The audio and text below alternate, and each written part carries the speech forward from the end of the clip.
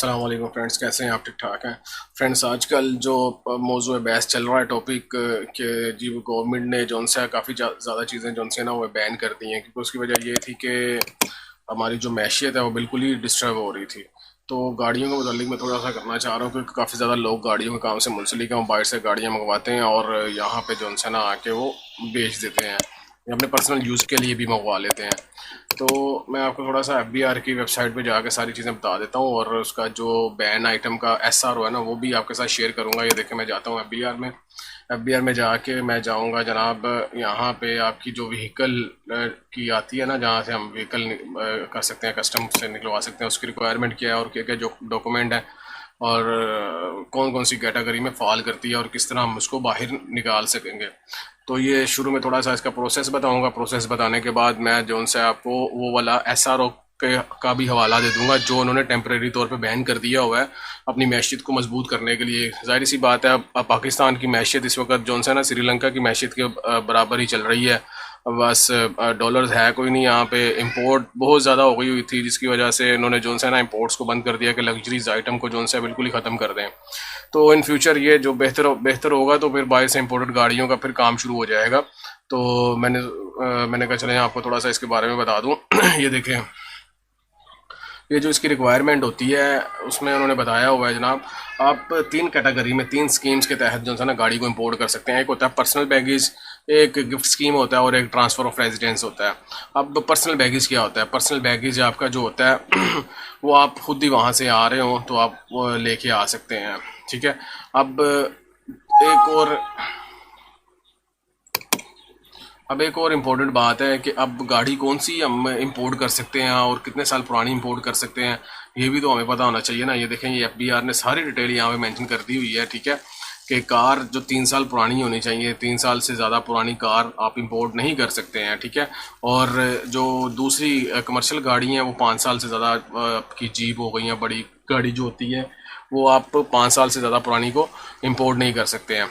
और जो उसके ड्यूटी टैक्सीज हैं वो तीन स्कीम्स के मतलब आते हैं, वो नीचे उन्होंने दिए हुए हैं। मैं इसका एक आसान सा जो उन्होंने वेबसाइट भी बनाई हुई थी जहाँ पे आप सिर्फ अपने बीएल का और अपनी गाड़ी का सीसी का नंबर डालते थे तो आपको वो ड्यूटी कैलकुलेशन ऑटोमेटिकली मिल जाती थी, ठीक है। ये तो ज़्यादातर होता है जो लोग इस काम से मुंसलिक हैं उनको तो पता है कि हमने कैसे ये करना है। जो नहीं है उनके लिए जो सा ये एक नई चीज़ है, नया मतलब था, टॉपिक था, मैंने कहा आपके साथ शेयर कर दूं मैं इसको। अब ये देखें, जो गाड़ी है ना उसकी ड्यूटी पाकिस्तान में जो है वो कितनी की होनी चाहिए, ये आ गई है आपकी 800 सीसी तक $4800 है। अब $4800 को आप मल्टीप्लाई कर लें उसके करंट डॉलर रेट के साथ। डॉलर रेट आज का जो चल रहा है वो है $214 हो गया हुआ है ना। तो ये अप्रोक्स आपका 10.5 लाख रुपया हो जाएगा, ठीक है। और 801 से 1000 तक ये $6000 हो गया। अब $6000 को 214 से आप कर दें, ये तकरीबन आपका बन जाएगा 18 लाख रुपया, बल्कि ज़्यादा ही हो जाएगा। इसी तरह ये जो 13,200 है, 1001 से लेके 1300 सीसी तक जो है ना $13,200 बनते हैं। ये मुख्तलिफ उसकी कैटेगराइज दी हुई हैं कि इतने सीसी की इतना डॉलर बनेगा। अब ये जो है आपको सारा एफबीआर का मैं बता रहा हूँ, लेकिन आपकी कैलकुलेशन के हवाले से जो है मैं आपको एक वेबसाइट बताऊँगा, आप वहाँ पर जाकर ना इसको ईज़िली कैलकुलेट कर सकेंगे। अब ये नीचे उन्होंने मतलब बोर भी दिया हुआ है कि जो मतलब जिसमें एग्जम्पशन मिल जाती है। अब ये 50% एग्जम्पशन है ड्यूटी टैक्सेस से। वो हाइब्रिड इलेक्ट्रिक व्हीकल जो होती है ना उसमें आपको 50% व्हीकल वो मिल जाती है, और 25% जो है वो और आपको एग्जम्पशन मिलती है। हाइब्रिड इलेक्ट्रिक व्हीकल्स की कैपेसिटी होनी चाहिए 1800 से 2500 तक। और ये आपकी आगे जी प्रोसीजर और स्कीम आ गया।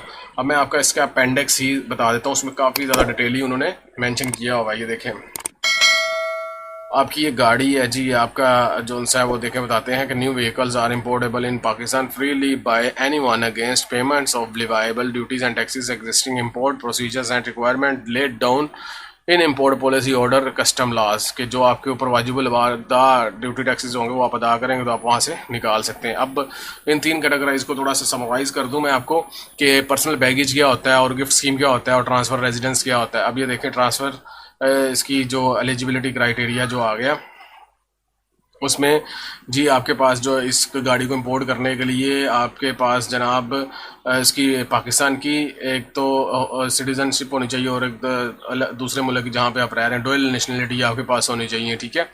और आपके पास जोन है ना जी, इसका आपकी एज जोन सी है वो 18 साल से ऊपर ऊपर होनी चाहिए, कम नहीं होनी चाहिए। फिर आपका जो स्टे है ना जिस गाड़ी को इंपोर्ट करने के लिए कम से कम 2 साल होना चाहिए, 700 डेज कैलकुलेट करें आप तो फिर आप जौन सा उसको इंपोर्ट कर सकेंगे, ठीक है।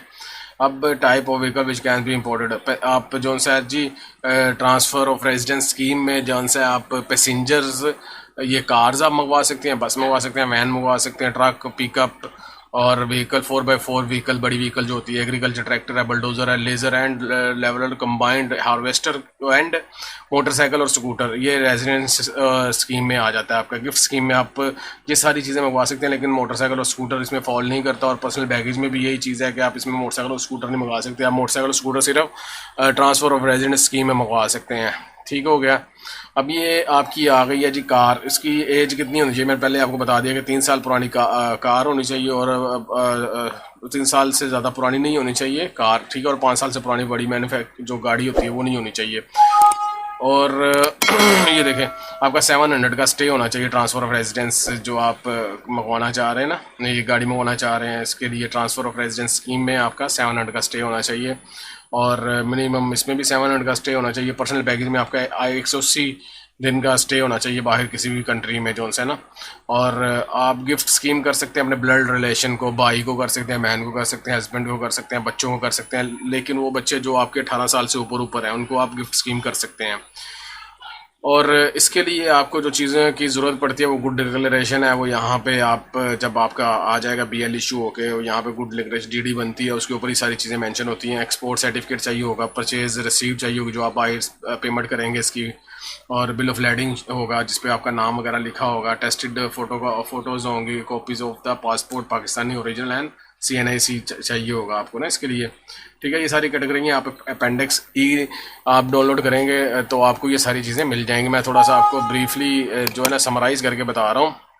ये बाकी बेनिफिट्स आ गए हैं, ये उनकी ड्यूटी कैलकुलेशन है, इस SRO के तहत आप जो है नहीं वो मतलब है कि आपको एग्जाम्पशन मिल सकती है, ठीक है। ये काफ़ी ज़्यादा ये आप FBR की वेबसाइट में जाके इसको आप डाउनलोड कर लेते हैं। अब मैं आपको बताता हूँ कि आपने ड्यूटी कैलकुलेशन कैसे करनी है। ये देखिए ये एक वेबसाइट है OLIACE.PK, ये सारी जापानीज़ जो गाड़ियाँ होती हैं ना, आप यहाँ पे जाके इसकी इजीली कैलकुलेशन कर सकते हैं। आपने बाहर गाड़ी बुक करवाई है, आपने देखना है कि यार इसकी ड्यूटी कितनी मतलब आ रही है।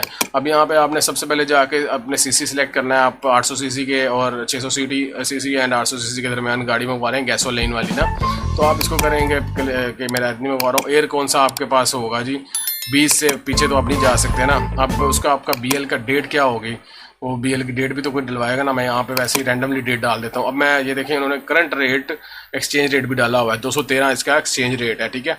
मैं इसको कैलकुलेट करता हूँ। अब करंट रेट के हिसाब से मेरी ये गाड़ी जो सी है ना, यहाँ पे ड्यूटी जो पे होगी 9,27,000 तकरीबन अप्रोक्स ये 10 लाख रुपए के करीब करीब जो है ना मुझे यहाँ पे गाड़ी पड़ेगी। अदर देन चार्जेस जो हैं वो शिपिंग चार्जेस जो हैं वो अलग से होंगे, क्लियरिंग एजेंट चार्जेस जो लेगा वो अलग से होगा, पासपोर्ट के चार्जेस जो होंगे वो अलग से होंगे, ठीक है। ये मिलू के आपके जो चार्जेस यहाँ पे बनेंगे इस CC के ऊपर ये सारे शामिल होंगे, ठीक है। ये तो सिर्फ ड्यूटी की कैलकुलेशन उसने दे दी है ना। अब आप नीचे आ जाएं, ये सारी चीज़ें देखें इसमें उन्होंने दी हुई हैं। आप डायरेक्टली भी इसमें बिडिंग कर सकते हैं, वही वाली चीज़ें जो FBR में है वो सारी चीज़ें इन्होंने इधर डाल दी हुई हैं, ठीक है। अब मैं आपको थोड़ा सा इसका बता देता हूँ। देखें ये जो आपकी जो कस्टम क्लियरेंस की आती है या कार्स का आता है, आप यहाँ पे जाके इसका वो देख भी सकते हैं। ये देखें आपके सामने पेज खुल जाएगा, ये गाड़ियाँ हैं उनकी पिक्चर्स होती हैं, आप ऑनलाइन बिडिंग भी कर सकते हैं। ये जो इंटेंडर होते हैं वो तो वहाँ पे बंदा बैठा होता है, कंपनी उन्होंने वहाँ पे खोली होती है, कंपनी पाकिस्तान में खोल लेते हैं, वो वहाँ से बुकिंग करवा के यहाँ पे आपको वो दे देता है। अगर तो आप क्लियरेंस भी करवाना चाहें तो वो क्लियर भी उसको करके दे देता है, ठीक है। ये तो डिपेंड करता है आप पे। जो प्रोफेशनली ये काम कर रहे हैं उनको तो पता है कि यार ये हम अगर क्लियरिंग खुद करवा लेंगे या खुद कर लेंगे, हमें थोड़ा पता है, तो ये तो हमारे पैसे बच जाएंगे। अगर क्लियरिंग एजेंट के हाथ चढ़ेगा तो फिर वो काफ़ी ज़्यादा खर्चा आ जाएगा इसके ऊपर ना। खैर ये तो बात की बातें हैं, जो मतलब बेसिक चीज़ें थी वो मैं आपके साथ शेयर करना चाह रहा था। एक तो ड्यूटी कैलकुलेशन का मैंने आपको बता दिया कि ड्यूटी कैसे कैलकुलेट करनी है और उसके रूल्स क्या हैं वो मैंने आपको बता दिए हैं। कि आप FBR की वेबसाइट पे जाएंगे, कस्टम में जाके आप व्हीकल वाला पोर्शन को क्लिक करेंगे तो सामने आपकी सारी डिटेल आपकी खुल जाएगी। कुछ तो मैंने बता दिया। अगर आप ब्रीफली इसको देखना चाहते हैं आप अपेंडिक्स C को जाएँ, अपेंडिक्स सी को आप डाउनलोड कर लें। उसमें आपके सारे SROs दिए हुए हैं कि आपने कौन सी कैटेगरी में फाल करेंगे और कौन से SRO के तहत आपको एग्जेम्पशन मिल जाएगी। ठीक हो गया। अब चलते हैं जी, हम SRO जोन से आप इसको स्टडी कर लीजिएगा। आपको जो जिस SRO में आप फॉल कर रहे हैं वहाँ पे आप इसका करके तो बेनिफिट ले सकते हैं। ठीक है, अब मैं चलता हूँ, आपको थोड़ा सा बता देता हूँ इसका प्रोसेस। ये देखें ज़रा, ये आपका जोन सा जब आप गाड़ी बुक करवाते हैं तो ये ऑप्शन शीट आपके सामने आ जाती है। ठीक है, वहाँ पे ये सीन नहीं होता है कि यार आप हाथ लगा लगा के चेक करें। वो गाड़ी के अंदर शीट पड़ी होती है, उसमें हर चीज़ मेंशन कर दी जाती है। इवन कि एक हल्का सा भी स्क्रैच जो होगा ना वो भी उसके अंदर मेंशन कर दिया जाता है। वो आपके पर डिपेंड करता है, आप लेना चाहते हैं ले। उन्होंने खुलेआम उधर रखी होती हैं जी। देखें ये गाड़ी की एक एक चीज़, कोई चीज़ वो छुपाते नहीं है, वो सारी गाड़ी की आपके सामने तफसील रख देते हैं। ये आ गई आपकी ऑप्शन शीट। आप जो भी गाड़ी लेना चाहते हैं, आपका यहाँ बंदा वहाँ पे है, वो आपको ये चीज़ें सारी बता देता है कि यार ये गाड़ी है, ये इतने में पड़ रही है, इतने डॉलर की यहाँ पे हमें पड़ेगी। वहाँ पे लेके आते हैं पाकिस्तान में, मतलब अब हम लेके आएंगे तो पाकिस्तान में इतने डॉलर का इसका ये खर्चा होगा। ये खर्चे मिला के आप देखेंगे यार वो गाड़ी की कीमत पाकिस्तान में कितने की है। अगर उसमें कोई बेनिफिट मिल रहा होगा तो फिर ही आप उसको इम्पोर्ट करेंगे ना, अदरवाइज़ आप इम्पोर्ट नहीं करेंगे उसको। ठीक है, ये आपकी गाड़ी की ऑप्शन शीट हो गई है। आप इसको देख के उसके ऊपर डिसीजन लेते हैं कि हाँ यार ठीक है ये मेरी गाड़ी है, हर चीज़ उन्होंने सामने मेंशन कर दी होती है। ठीक है, अब इसके बाद आ जाता है जी, जब आपकी गाड़ी वहाँ से बुक होती है तो वो BL वगैरह आपको भेज देता है। वो जितना भी टाइम लगता है, आप शारजा से, UAE से, सऊदीया से, इंग्लैंड से, किसी भी कंट्री से आप मंगवा रहे हैं, वो आपको BL वगैरह आ जाता है। वो जब आपकी गाड़ी यहाँ पे पहुँच जाती है ना, तो उसके बाद जो मरला शुरू होता है वो सबसे मतलब अहम चीज़ होती है। वहाँ से तो आप मंगा लेंगे, वहाँ पे इतना ज़्यादा मतलब नहीं होगा, क्योंकि लोग गाड़ियाँ मंगवा रहे हैं आके पाकिस्तान के जो रूल्स एंड रेगुलेशंस हैं उनको फॉलो करना है ना। तो अब जब पाकिस्तान में आ गई तो पाकिस्तान में अब क्लियर भी करवानी है। क्लियर करवाने के लिए उसको देखना है कि यार इलीगल तो नहीं है, लीगली तौर पे आपने मंगवाई है, सारे डॉक्यूमेंटेशन तो आपके पास पूरे है ना। आपने गिफ्ट स्कीम के तहत मंगवाई है, पर्सनल बैगेज के तहत मंगवाई है, ट्रांसफ़र ऑफ रेजिडेंस स्कीम के तहत मंगवाई है, ये आपको बिल्कुल क्लियरली मेंशन करना होगा उसमें ना। फिर उसके बाद होता क्या है, जब आपने देख लिया ये गाड़ी आपने मंगवानी है, ठीक है, उस गाड़ी का सबसे इम्पोर्टेंट पार्ट ये होता है कि आपने जो है ना वहाँ से पेमेंट लगवानी है, उस मुल्क से जहाँ से आप गाड़ी भेज रहे हैं बाहर से ना।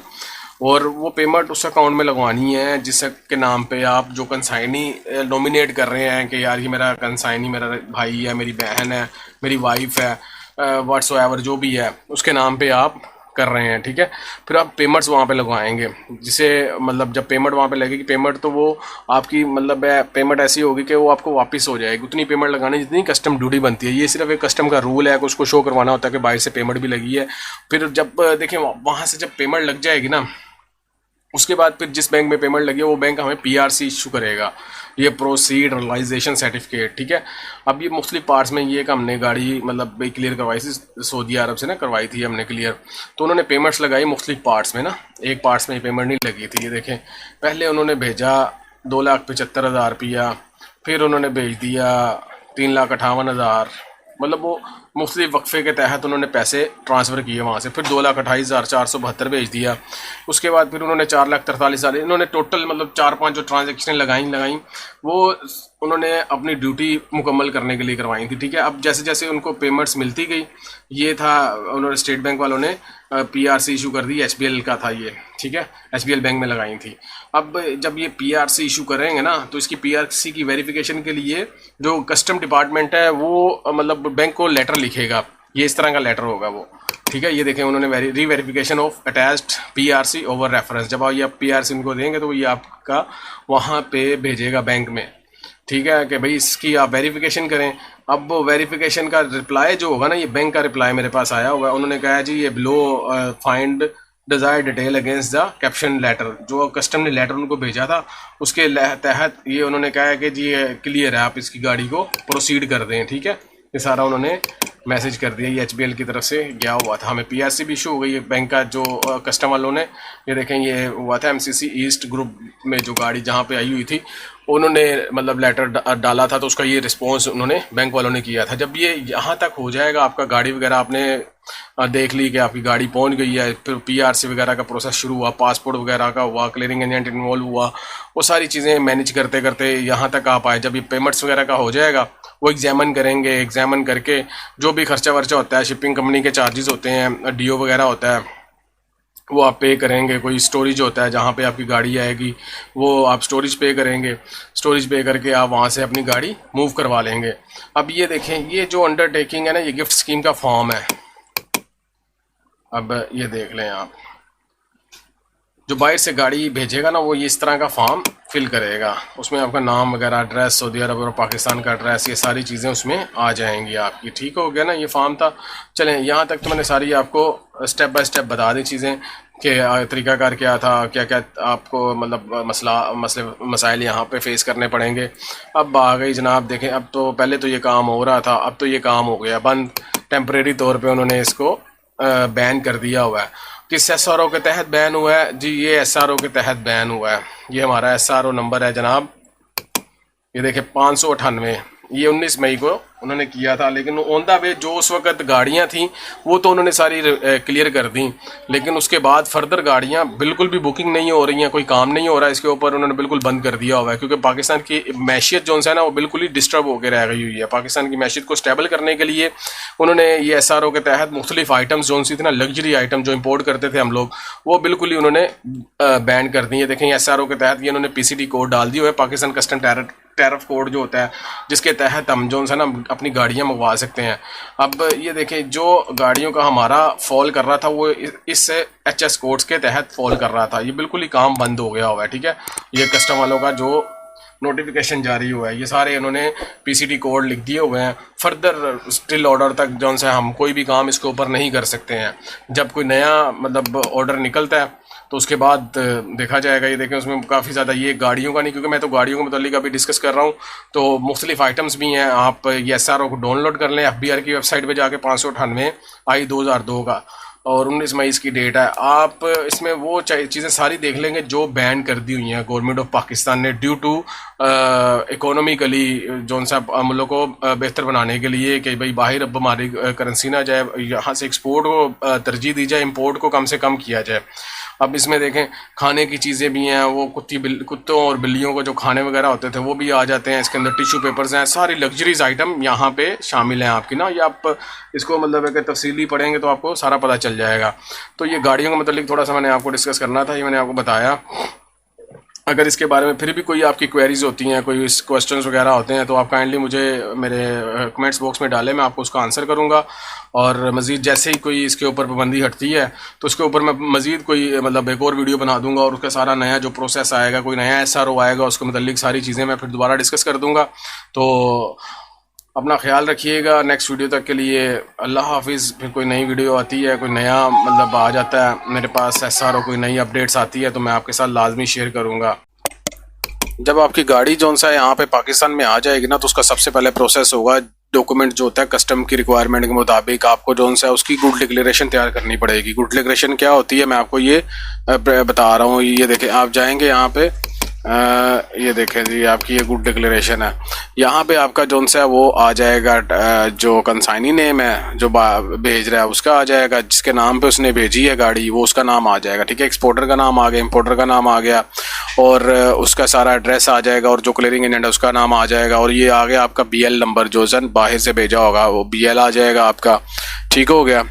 और उसके बाद आप चले जाएं जी, ये कौन से कंट्री से आ रहा था? ये आ रहा था जी, जो ये आपकी कंट्री है योकोहामा, वहाँ से आ रहा था। ठीक है, पोर्ट ऑफ शिपमेंट वहाँ की थी, और जी पाकिस्तान में आ गया। और उसका वेट क्या था जी? 1.470 MTs था। मतलब ये उसकी, और गाड़ी कौन सी थी? ये CH4 गाड़ी थी, उसका चेसी नंबर, ईच एंड एवरीथिंग सारा इसमें आ जाएगा। और ये देखें, ये सारी ड्यूटी की कैलकुलेशन आ गई है आपकी।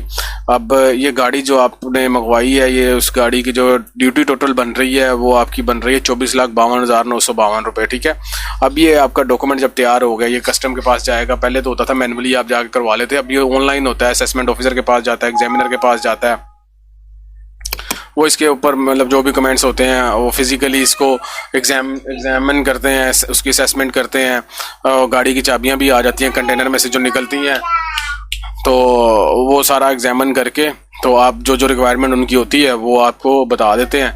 इसका अब जो पैकिंग लिस्ट और BL वगैरह होता है वो भी मैं आपको थोड़ा सा बता दूं कि वो किस तरह का होता है। देखें, उसका जो BL वगैरह होगा, इनवाइस होगी, वो डॉक्यूमेंट्स भी मैं आपको बता देता हूँ।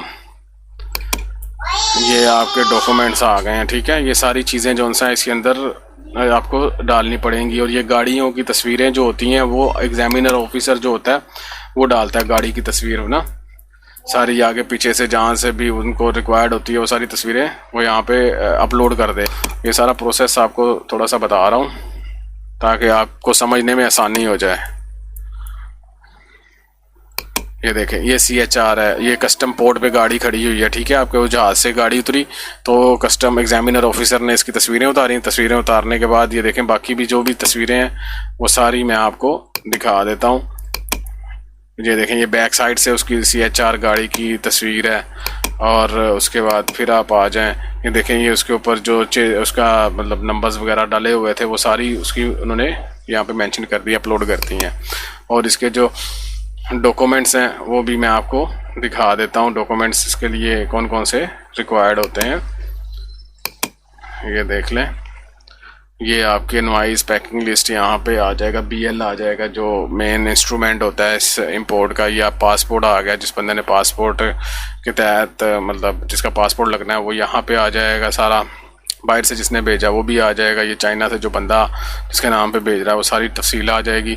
और ये वो लिस्ट होती है, ठीक है, वो जहाँ से मतलब वो गाड़ी उन्होंने ली है, गाड़ी उनकी, ये देखो, ये उसका पासपोर्ट नंबर, ये सेंडर का जो CNAC नंबर है वो सारा उसका ये लिस्ट में साथ मेंशन होगी। फिर ये वाली जो लिस्ट आ गई आपकी, ये कस्टम की तरफ से इशू हुई होती है जो गाड़ियाँ आई होती हैं, ठीक है, ये सारी वो भी शामिल हो गई इसके अंदर। ये आपकी गुड डिक्लेरेशन आ गई, ये आपका BL आ गया जो वहाँ से इशू होगा, ठीक है, ये आपका BL है। उसके बाद आप आ जाएं, ये आपका सर्टिफिकेट आ गया, सेल सर्टिफिकेट। ये सारे डॉक्यूमेंट्स जो उनसे ना आपको तैयार करने पड़ेंगे। ये उसकी बैंक की PRC आ गई, नेशनल बैंक की है। पहले मैंने आपको HBL की दिखाई थी, ये तो एक रैंडमली आपको दिखा रहा हूँ। मतलब जो जो चीज़ें होती हैं, ये जिनका नाम आ गया, उनकी फैमिली का जो इन्होंने गिफ्ट डीड दी थी, ठीक हो गया ना, ये सारी चीज़ें इसमें आ गई हैं। ये HBL का आ गया, सारा उन्होंने रिकॉर्ड दे दिया, ये आपको इसमें शामिल हो जाएगा। तो ये थी आज की जनाब मेरी वीडियो। मैं थोड़ा सा आपको इसके बारे में बता सकूं, कोशिश तो मैंने अपनी तरफ से पूरी की है। अगर फिर भी कोई कमी रह गई है तो आप काइंडली कमेंट्स बॉक्स में डालें और मुझे बताएं, मैं उसका आंसर कर दूंगा। आपको कुछ चीज़ें आएगी हुई और मज़ीद जो सा इसके बारे में जैसे ही कोई नया SRO इशू होता है मैं उसके बारे में आपको वो भी अपडेट बता दूंगा। कोई भी नया इसमें चेंजिंग आती है SRO में, और जैसे ही ये बैन के ऊपर उन्होंने ख़त्म करते हैं, एक्टिव कर देते हैं फिर दोबारा से इस इम्पोर्ट को, तो उसके मतलब फिर मैं वीडियो बना दूँगा। तो इसीलिए आप जो सा मेरे चैनल को सब्सक्राइब कर लें और मुझे सपोर्ट करें ताकि इस तरह की नई नई बिजनेस से मुतल्लिक आपको वीडियो मिलती रहें। थैंक यू वेरी मच, अपना ख्याल रखिएगा। नेक्स्ट वीडियो तक के लिए अल्लाह हाफिज़, अस्सलाम वालेकुम।